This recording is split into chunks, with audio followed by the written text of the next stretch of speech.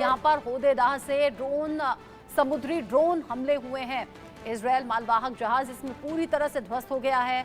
इसमें सिजॉय जहाज से टकराए हैं समुद्री ड्रोन। 3 दिन में ये दूसरा इजरायली जहाज है जिसे पूरी तरह से ध्वस्त किया गया है। हूती हिजबुल्लाह की तरफ से ये जो कार्रवाई है ये की गई है। अब हूती हमलों से जब इजरायल दहल गया है तो सवाल अलग अलग तरीके से सामने आ रहे हैं।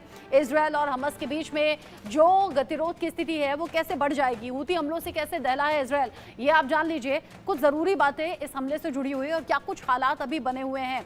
यहाँ पर होदेदाह से ड्रोन, समुद्री ड्रोन जो है वो जिनसे हमला किया गया, यहाँ पर इजरायली मालवाहक जहाज है जो पूरी तरह से नस्तानाबूद इसमें हो गया। सिजॉय जहाज से टकराए हैं ये समुद्री ड्रोन जिनसे हमला किया गया और 3 दिन के भीतर ये दूसरा इजरायली जहाज है जिसे ध्वस्त कर दिया गया। हिजबुल्लाह पहले ही चेतावनी दे चुका था।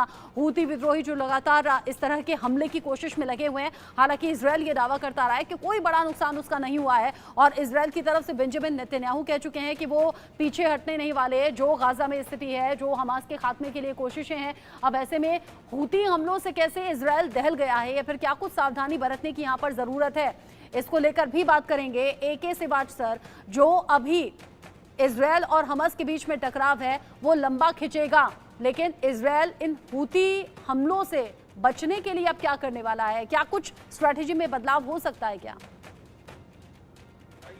वो क्या रहा है कि जो ईरान की ये प्रॉक्सी हैं, चाहे वो हिजबुल्लाह है, चाहे वो हमास है, चाहे हूती रिबल है, अभी इजराइल और हमास की जब लड़ाई चली हुई है, जो कि हमास एक बेसिकली सुन्नी मिलिटेंट ग्रुप है, तो साथ में हूती रिबल ने यमन से रेड सी के अंदर जो समुद्र में जहाज जाते हैं उन पे हमला स्टार्ट कर दिया।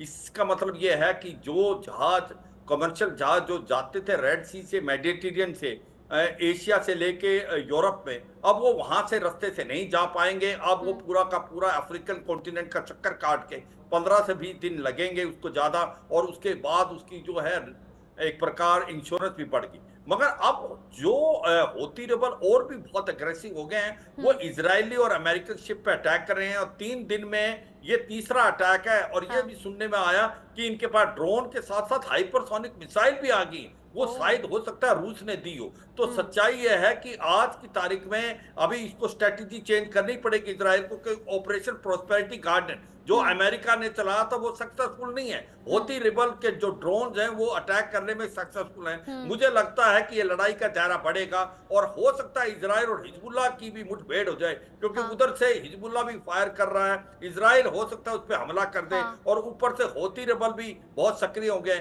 और मुझे लगता है यमन के ऊपर दो तरफा मोर्चा है ना इजराइल के सामने। एक तरफ तो ईरान से सीधे सीधे टक्कर लेते हुए, दूसरी तरफ जो हमास से टक्कर है उसमें सीधे तौर पर इजराइल को दो तरफा मोर्चे पर बंदोबस्त करने पड़ रहे हैं। ये मोर्चा संभालना पड़ रहा है और ऐसे में जब हूती हमला हुआ है तो बहुत ज्यादा सावधान भी यहाँ रहने की जरूरत है इजराइल को, और आगे इंतजाम भी करने की जरूरत बेंजामिन नेतन्याहू को इस बारे में सोचना होगा। AK Siwach sir, UK Devnath sir, बहुत शुक्रिया आप दोनों का इस डिस्कशन में साथ में रहने के लिए। इसी खबर के साथ छोटा सा ब्रेक यहाँ पर ले रहे हैं, लौटेंगे कुछ और खबरों को लेकर।